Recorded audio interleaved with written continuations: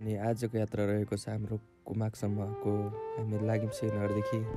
अनि यो बाटो रहेको छ चाग्लिघाटदेखि सिधो कुमाकसम्मको। अनि गाडीमा चाहिँ ओभरै मान्छे थिए, मेलातिर लाग्ने मान्छेहरू। गाडीमा मात्र नभएर हिँड्दै जाने मान्छेहरू पनि धेरै थिए। हामी 2 घन्टा हिँडेर मेलाको पार्किङ नजिक आइपुगेका थियौँ। अनि मान्छेहरू चाहिँ टाइममा धेरै जम्मा भएका थिए। मान्छेहरूको हामीले भिडियो क्लिप बनायौँ।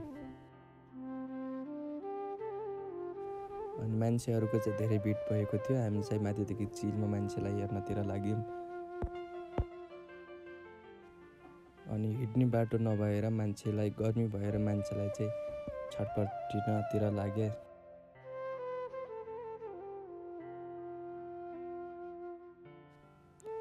अनि हिँड्ने ठाउँ नभएर हामी चाहिँ माथि डाँडोमा गएर बस्यौँ। अनि हाम्रो यात्रा चाहिँ अब घरतिर लाग्नुपर्नेको यात्रा भयो। मान्छेहरू चाहिँ गाडीको गाडी हिँडिरहेको थियो, गाडीको गाडी मान्छेहरू घरतिर फर्किँदै थिए। अनि यो चाहिँ सल्यान जिल्लाको सबैभन्दा ठुलो मेला हो। अर्को वर्ष फेरि पनि सबैजना आइदिनु होला। यस्तो खतरा लाग्ने गर्दछ यो मेला चाहिँ।